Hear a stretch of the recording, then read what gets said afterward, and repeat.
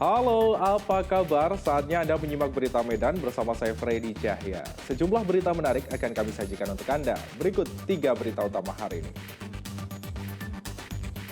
Seorang penumpang pesawat Turkish Airlines diturunkan dalam kondisi terluka dan tangan terikat di Bandara Kuala Namu, Kabupaten Deli Serdang.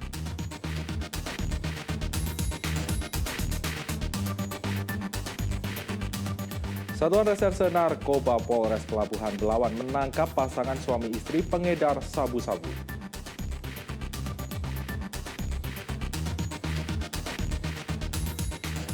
Mencicipi burger setinggi 25 cm di Kabupaten Labuhan Batu Utara.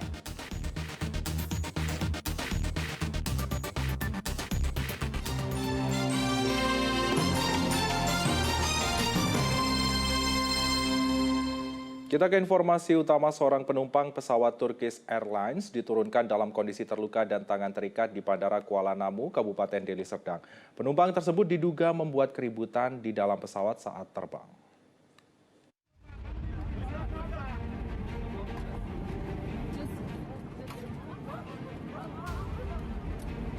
Keributan ini berlangsung di dalam pesawat Turkish Airlines saat pesawat mengudara Selasa malam.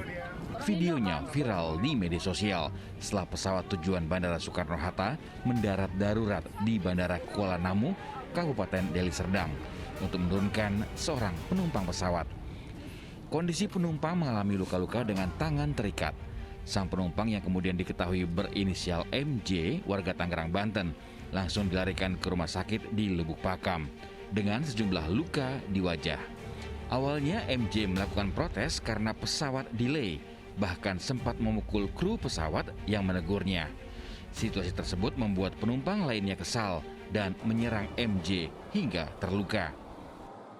Didapat ada terjadi keonaran di dalam pesawat, namun kan kami sedang mendalami, ini anggota sedang mengambil keterangan pada yang bersangkutan, ya, kemudian kepada pihak airline, kan sesaat setelah mendarat langsung terbang itu ke Jakarta.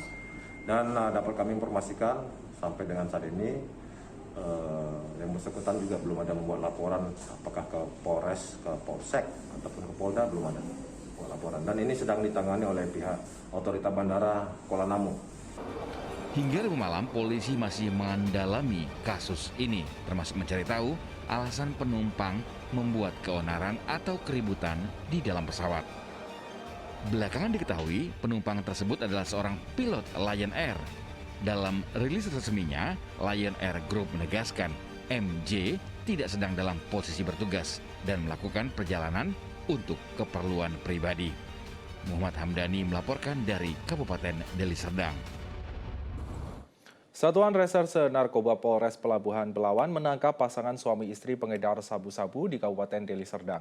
Setelah melakukan pengembangan, polisi kembali menangkap seorang wanita lainnya yang merupakan pemasok sabu-sabu bagi pasangan suami istri tersebut. Pasangan suami istri berinisial RG dan NM ditangkap petugas Satuan Reserse Narkoba Polres Pelabuhan Belawan setelah mendapatkan laporan dari masyarakat. Kedua pelaku mengedarkan sabu-sabu di tempat tinggalnya di Jalan Besi Ujung, Desa Manunggal, Kabupaten Deli Serdang. Setelah dilakukan pengembangan, terungkap sabu-sabu didapat dari seorang wanita berinisial SR yang merupakan pemasok sabu-sabu bagi pasangan ini. Polisi melakukan pengejaran dan menangkap tersangka SR di rumahnya di kawasan Medan Belawan, Kota Medan. Polisi menyita 2 paket sabu-sabu seberat 0,75 gram, 8 plastik lip, uang senilai 1,3 juta rupiah dari hasil penjualan sabu-sabu dan 1 unit telepon genggam. Sementara dari tersangka SR, polisi menyita barang bukti 1 kantong plastik berisi dompet dan sabu-sabu seberat 1,2 gram. Kalau ini pemain baru, Pak. Pemain baru. Jadi kami pemain baru nih. Jadi yang mengamankan apa aja barang bukti yang kita amankan? Barang bukti amankan ini apa? Sabu-sabu, ya. Terus uang, terus timbangan, ya kan? Ketiga tersangka telah terancam hukuman maksimal 20 tahun penjara. Muhammad Hamdani melaporkan dari Kota Medan. Sidang kasus panti rehabilitasi milik Bupati Langkat nonaktif terbit rencana Perangin-Angin TRP Kamis pagi kembali bergulir. Dalam sidang kali ini, penasihat hukum menghadirkan 10 saksi ade charge di mana salah satunya merupakan saksi ahli. Pengadilan Negeri Stabat melanjutkan persidangan kasus panti rehabilitasi milik Bupati Langkat nonaktif terbit rencana Perangin-Angin. Agenda sidang yang berlangsung Kamis pagi adalah mendengarkan keterangan saksi ade charge atau saksi yang meringankan terdakwa yang disidang dalam 3 perkara, yaitu 2 perkara yang melanggar pasal 170 dan 351 KUHP atas meninggalnya Abdul Sidik Isnu alias Bedul dan Saryanto Ginting dan perkara TPPO. Sebanyak 10 saksi ade charge dihadirkan pihak kuasa hukum terdakwa. 2 saksi atas meninggalnya Bedul dan 2 saksi lain atas meninggalnya Saryanto Ginting dan 6 saksi lainnya dalam perkara tindak pidana perdagangan orang atau TPPO. Sidang ini juga diikuti oleh 8 terdakwa dari rutan Tanjung Gusta Medan secara virtual.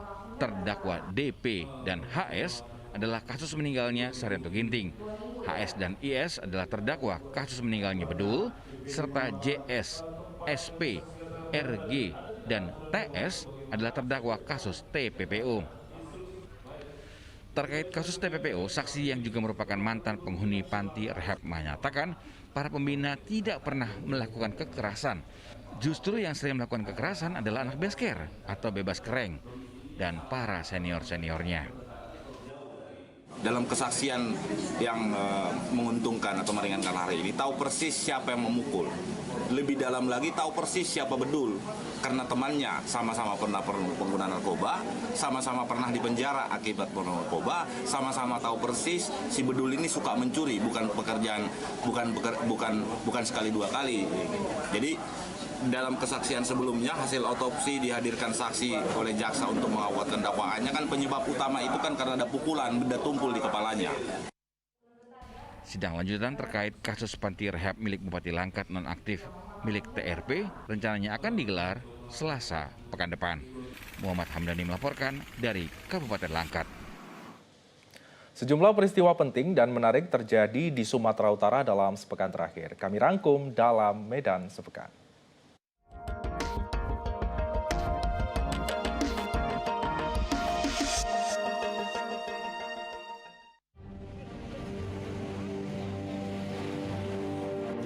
Tiba di Bandara Internasional Kuala Namu, 15 orang kaki tangan APIN langsung dibawa ke Mapolda Sumatera Utara untuk diperiksa.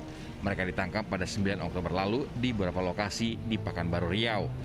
Berselang beberapa hari setelah Polda Sumatera Utara kembali menyegel 8 bangunan aset milik APIN, BK dengan nilai total keseluruhan aset mencapai 50 miliar rupiah.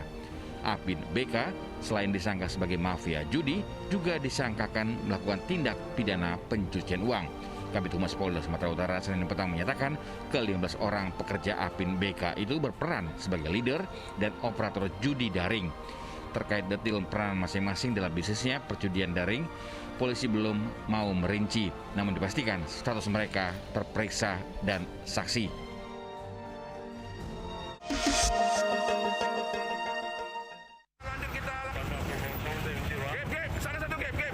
Dua truk mengalami kerusakan parah akibat kecelakaan yang terjadi pada Selasa pagi di jalur lintas Medan Tebing Tinggi, tepatnya di Desa Firdaus, Kecamatan Serampah, Kabupaten Serdang Bedagai. Kejadian berawal saat truk tangki tujuan Tebing Tinggi Medan yang dikendarai Supra Wijaya diduga mengalami kelelahan dan mengantuk sehingga menabrak truk pembawa tanah tujuan Medan Tebing Tinggi. Akibat kejadian ini, kedua truk mengalami kerusakan parah di bagian depan. Supir truk tangki atas nama Supra Wijaya mengalami memar di bagian dada dan robek di kaki kirinya sehingga harus dibawa ke rumah sakit.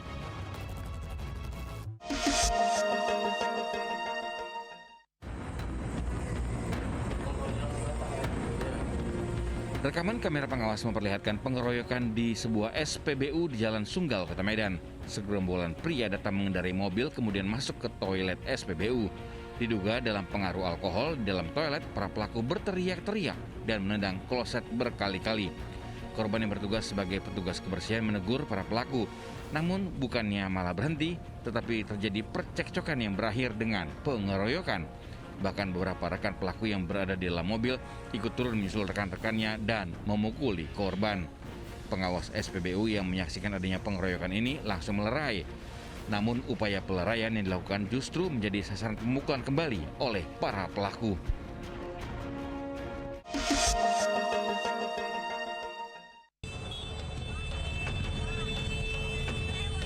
32 kg ganja kering ditemukan warga di Jalan Beringin, Kecamatan Percut, Seituan, Kabupaten Deli Serdang.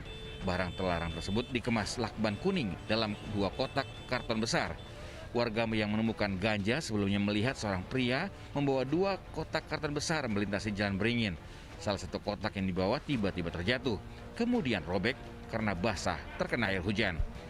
Pria yang tidak dikenal hendak dibantu warga yang melihatnya, namun karena takut kepergok membawa ganja kering, pria misterius itu lari meninggalkan barang yang dibawanya. Warga melaporkan penemuan ganja ke pengurus desa dan polisi.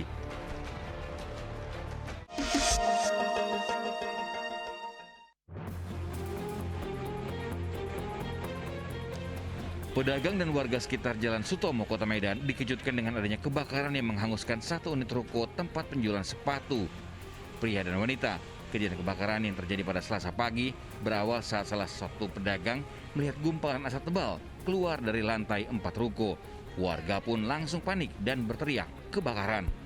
10 unit pemadam kebakaran tiba di lokasi dan mencoba memadamkan api yang semakin besar.